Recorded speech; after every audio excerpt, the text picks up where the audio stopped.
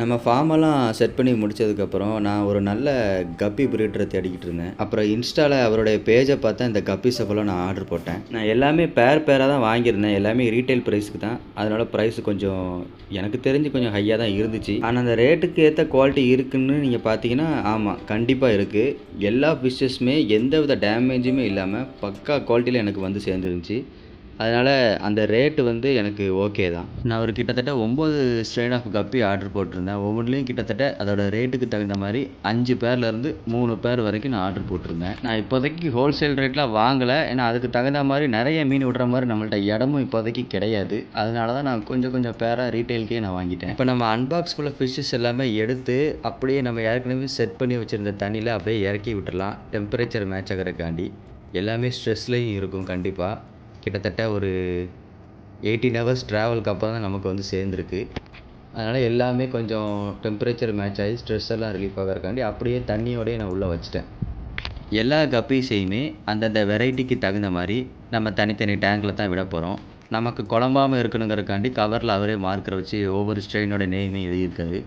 அதுக்கு தகுந்த மாதிரி நம்மளும் அதை பிரித்து ஒவ்வொரு டேங்க்லையும் நம்ம மாற்றி வச்சுக்கிறோம். சில கப்பீஸ்லாம் நான் 2 பேர் தான் ஆர்டரே போட்டிருந்தேன். எனக்கு கொஞ்சம் ரேட்டு ஹையாக இருந்தனால அதெல்லாம் அவர் கொஞ்சம் எக்ஸ்ட்ரா பேரே போட்டு கொடுத்துருந்தாரு. ஃபிஷ் எல்லாமே நல்லா ஆக்டிவாக, எதுவுமே டல்லாக இல்லை, எல்லாமே நல்லா இருந்துச்சு. எல்லா ஃபிஷ்ஷஸுமே நல்ல குவாலிட்டியோடையும் டேல் குவாலிட்டி நல்லா இருந்துச்சு. எதுக்குமே இந்த க்ரூக்டு ஸ்பைன், இந்த இன்பிரீடிங்கில் வரக்கூடிய க்ரூக் ஸ்பைன் அந்த மாதிரி எந்த பிரச்சனையும் இல்லாமல் நல்ல குவாலிட்டியாக இருந்துச்சு. லேசாக கவரில் கையை வச்சாலே எல்லா ஃபிஷ்ஷஸும் பேனிக் ஆகுது, நீங்கள் பார்த்தாலே தெரியும். இப்போதைக்கு கவரோட 1-2 ஃபிஷ்ஷஸ் உங்களுக்கு எடுத்து காட்டுறேன். ஒரு 1/2 அன் ஹவர் கழிச்சு டெம்பரேச்சர்லாம் மேட்ச் ஆன உடனே ஃபிஷ்ஷஸ் எல்லாம் நான் இறக்கி விட்ருவேன். அதுக்கப்புறம் என்னென்ன வெரைட்டி நான் வாங்கிக்குங்கிறத உங்களுக்கு தெளிவாக. இப்போ நீங்கள் பார்க்குறது ஒரு ஃபீமேல் கவரு.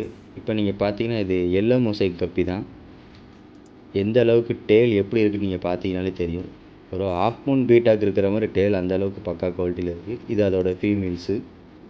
எல்லாமே நல்ல குவாலிட்டியோட நல்லா தான் வந்து சேர்ந்துருக்கு. நமக்கு கிட்டத்தட்ட ஃபிஷ்ஷை கவரோட தண்ணியில் வச்சு ஒரு 1/2 அன் ஹவருக்கு மேலேயே ஆயிடுச்சு. இப்போ ஒவ்வொரு ஃபிஷ்ஷஸாக நம்ம கவரை கட் பண்ணி தண்ணியில் இறக்கி விட வேண்டியதான். எல்லா கவருமே சீல் ஆகி தான் வந்துருந்துச்சு. மிஷின் வச்சு சீல் பண்ணி தான் அனுப்பியிருந்தாங்க. நம்ம கட் பண்ணி ஒவ்வொன்றா இறக்கி விட்டுற வேண்டியதான். அப்படியே தண்ணியோடையே ஊற்றிட வேண்டியதான். ஏன்னா எல்லாமே நமக்கு மெத்திலின் ப்ளூ மெடிசன் போட்டு வாட்டரில் ஏற்கனவே கண்டிஷன் பண்ண வாட்டரில் தான் நமக்கு அனுப்பியிருப்பாங்க. அதனால் நம்ம அப்படியே தண்ணியோடய இறக்கி விட்டுடலாம். எந்த பிரச்சனையுமே கிடையாது. மெதுவாக ஃபிஷ்ஷஸை ஃபுல்லாக ஒவ்வொன்றா இறக்கி விட வேண்டியதான். இப்போ நம்ம ஃபஸ்ட்டு இறக்கி விட்றது சில்லி மொசைக் கப்பி. அதோட டம்போ எந்த அளவுக்கு பக்காவாக இருக்குன்னு பார்த்தீங்கன்னாவே எனக்கு தெரியும். உண்மையிலே ரொம்ப நல்லா இருக்குது. இதே மாதிரி எல்லா பேக்கெட்டையும் நம்ம கட் பண்ணி அந்தந்த டேங்க்கில் அந்தந்த வெரைட்டியை நம்ம வந்து தண்ணியில் இறக்கி விட்டுற வேண்டியதான். நம்ம ஃபிஷ்ஷு வந்த வாட்டரோட கண்டிஷன் அண்ட் பேராமீட்டர்ஸை நம்ம செக் பண்ணலை. அதாவது அது போர் வாட்டரா இல்லாட்டி ஃப்ரெஷ் வாட்டரில் ப்ரீட் பண்ணியிருக்காங்களா அப்படிங்கிறத நம்ம இன்னும் செக் பண்ணல. அதுக்காக ஒரு சின்ன கப்பில் நான் ஏற்கனவே கொஞ்சம் தண்ணி எடுத்து வச்சுட்டேன். நம்ம ஃபைனலாக அதை என்னென்னு நம்ம செக் பண்ணி பார்ப்போம். இது வந்து நம்ம சாண்டா கிளாஸ் கப்பி. சாண்டா கிளாஸ்லேயே டம்போ இயர். கடைசி கவரே நம்ம கட் பண்ணி இறக்கியாச்சு. இது என்னதுன்னா நம்ம பிளாட்டினம் ஒயிட் டம்போ இயர். கடைசி நம்ம இறக்குறது பிளாட்டினம் ஒயிட் டம்போ இயர். அதுவும் நல்ல குவாலிட்டியாக தான் இருக்குது. அதில் நான் 2 பேர் தான் ஆர்டர் போட்டிருந்தேன். அவங்க ஆனால் 3 பேர் அனுப்பியிருந்தாங்க. நான் ஒவ்வொரு ஃபிஷ்ஷஸாக என்னென்னு நான் காட்டுறேன். ஃபஸ்ட்டு நம்ம பார்க்கக்கூடியது பிளாட்டினம் ஒயிட் டம்போ இயர். இதில் நான் ஒரு 3 பேர் ஆர்டர் போட்டிருந்தேன். நல்ல குவாலிட்டியில் இருக்குது. அடுத்தது நம்ம பார்க்குறதுன்னா எல்லோ மொசைக், டைகர்னு சொல்லுவாங்க. இதுவும் நல்ல குவாலிட்டியில் இருக்குது. டெய்லும் நல்லா சூப்பராக இருக்குது. நீங்கள் பார்த்தீங்கன்னாலே தெரியும். பார்க்கக்கூடிய எல்லா ஃபிஷ்ஷஸுமே ஃபஸ்ட் ப்ரீடிங் சைஸ் தான். அதாவது செமி அடல்ட்டு தான். எதுவுமே ப்ரீடிங் சைஸில் எனக்கு கிடையாது. அடுத்த ஃபிஷ் என்னென்னு பார்த்தீங்கன்னா சாண்டா கிளாஸில் டம்போ இயர். இதுவும் பார்த்தீங்கன்னா கொஞ்சம் சின்னதாக தான் இருக்கும். இதில் ஒரு 5 பேர் நான் ஆர்டர் போட்டிருந்தேன். இது நல்லா சைஸ் வரணும். இன்னும் கொஞ்சம் வளர்ந்ததுக்கப்புறம் தான் நம்மள்ட்ட இன்னும் ப்ரீட் ஆகும். கொஞ்சம் குட்டிங்க விடும், ஆனால் அந்த அளவுக்கு குட்டிங்க வராது. 3வது நம்ம பார்த்தீங்கன்னா இது வந்து ஃபுல் கோல்டில் இந்த கல்லி இயர் ரிப்பன் வெரைட்டி. இது கொஞ்சம் ஹை ரேட்டு தான். அதனால் இதில் 3 பேர் தான் நான் ஆர்டர் போட்டிருந்தேன். இதுவும் நல்ல குவாலிட்டியில் தான் இருக்குது. அடுத்தது பார்த்தீங்கன்னா எல்லாருக்குமே தெரிஞ்ச platinum red tail Dumbo year. இதுலேயும் ஒரு 5 பேர் நான் ஆர்டர் போட்டிருந்தேன். நல்ல குவாலிட்டியில் இருக்குது. இயர் குவாலிட்டியில் நல்லா சூப்பராக இருக்குது. நீங்கள் பார்த்தீங்கன்னா தெரியும். இதுவும் செமி அடல்ட்டு தான். சைஸை பார்த்தாலே உங்களுக்கு நல்லாவே தெரியும். இன்னும் கொஞ்சம் நம்மள்ட்ட வளர்ந்தால் தான் அது நம்ம ப்ரீட் ஆகும். அதுக்கடுத்தது பார்த்தீங்கன்னா பர்பிள் பெரி. ரீசெண்டாக கொஞ்சம் ஃபேமஸான பர்பிள் பெரி ட்ராகன். இல்லை விட்ட உடனே அவனுடைய வேலையை ஆரம்பிச்சிட்டாங்க. இதுவும் செமி அடல்ட்டு தான். எல்லாமே சின்ன சின்ன சைஸஸாக இருக்குது. நீங்கள் வீடியோவில் பார்க்கும்போது கொஞ்சம் பெருசாக இருந்த மாதிரி தெரிஞ்சாலும் நேரில் பார்த்தா தான் உங்களுக்கு தெரியும். கொஞ்சம் எல்லாமே மீடியம் சைஸ் தான். இனிமேல் தான் ப்ரீடிங்கே ஸ்டார்ட் ஆகும். அதுக்கடுத்தது பார்த்தீங்கன்னா டார்க் நைட் ட்ராகன். இதுவும் ஒரு நல்ல ஒரு வெரைட்டி. கலரேஷனை பார்த்தீங்கன்னாலும் தெரியும், நல்லா பக்காவாக இருக்குது. டெயில் பேட்டர்ன்ஸ்லாம் நமக்கு நல்லா சூப்பராக இருக்குது. நீங்கள் பார்த்தீங்கன்னா தெரியும். இதில் நான் ஒரு 3 பேர் தான் ஆர்டர் போட்டிருந்தேன். இது டார்க் நைட்லேயே ரிப்பன் வெரைட்டி. இது கொஞ்சம் ஹை ப்ரைஸ் தான். அடுத்த வெரைட்டி நம்ம என்னென்னு பார்க்கலாம். அடுத்த வெரைட்டி கொஞ்சம் எல்லாருக்குமே தெரிஞ்சது தான், ஒரு பழைய லைனேஜ். ஜாப்பனீஸ் ப்ளூன்னு சொல்லுவாங்க. ஆனால் இது ஜாப்பனீஸ் ப்ளூலேயே கொஞ்சம் டம்போ இயர். பார்க்குறக்கு ரொம்ப நல்லாயிருக்கு. ஃபீமேல்ஸ்லாம் கொஞ்சம் மீடியம் சைஸில் இருந்தாலும் ஒரே ஒரு மேலே பறக்கலாம், முக்கில் பயந்துவே ஒளிஞ்சு கிடக்கு. ஏன்னா கொஞ்சம் ஃபிஷ்ஷஸ் தான், டேங்க் ரொம்ப பெருசு. உங்களுக்கு பார்த்தீங்கனாலே தெரியும். கிட்டத்தட்ட இது ஒரு 60 லிட்டர் கெப்பாசிட்டி உள்ள டேங்க்கு. அதனால எல்லாமே பயந்துருக்கு. கடைசியாக நம்ம 9வது வெரைட்டியாக பார்க்குறது சில்லி மொசைக் தான். ஃபஸ்ட்டு நம்ம இறக்கி விட்டது. நல்லா இருக்குது, பார்த்தீங்கனாலே தெரியும். ஆனால் அந்த சில்லி மொசைக்கில் வந்து கொஞ்சம் ஃபீமேல், ஒரே ஒரு ஃபீமேல் மட்டும் கொஞ்சம் டல்லாக இருக்குது. அதை மட்டும் நான் தனியாக ஒரு கப்பில் போட்டு வச்சுருக்கேன். பார்த்தீங்கன்னா தெரியும். அது மட்டும் கொஞ்சம் ஸ்ட்ரெஸ் ஆகிருக்கு. வால் எதுவும் சுருங்கலை, டிசீஸ் எதுவும் கிடையாது. டிசீஸ்னால் உங்களுக்கு வாலெல்லாம் சுருங்கி ரொம்ப ஒரு மாதிரியாக இருக்கும். இது ஸ்ட்ரெஸ்னால் இந்த மாதிரி இருக்குது. பார்ப்போம் தேறுதா இல்லையாங்கிறது நம்ம பொறுத்து இருந்து பார்த்தா தான் தெரியும். மற்றபடி மற்ற எல்லா ஃபிஷ்ஷஸுமே நல்லா இருக்குது. எந்த வித பிரச்சனையுமே இல்லை.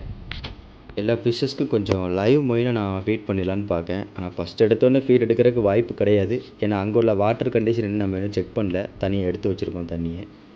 அதுக்கும் இதுக்கும் முதல்ல ஃபிஷ்ஷு கொஞ்சம் செட் ஆகணும். அதுக்கப்புறம் தான் ஃபீடை எடுக்க ஆரம்பிக்கும்.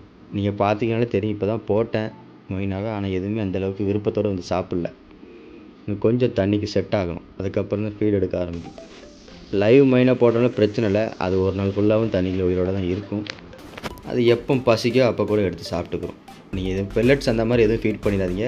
லைவ் ஃபீட் எதாவது இருந்தால் கொஞ்சமாக கொடுங்க. இல்லாட்டி நீங்கள் ஒரு நாள் கழித்து கூட ஃபீட் பண்ணால் போதும். இப்போ நம்ம எடுத்து வச்ச தண்ணியை இப்போ செக் பண்ணி பார்க்குறேன். 653 ppm காட்டுது. அதாவது போர் வாட்டர். அவங்க ப்ரீட் பண்ண தண்ணி போர் வாட்டர். அப்படியே அந்த மீட்டரை நம்ம தண்ணியில் வச்சு காட்டுறோம் பாருங்கள். கிட்டத்தட்ட ஒரு 36 கிட்ட காட்டு, 306.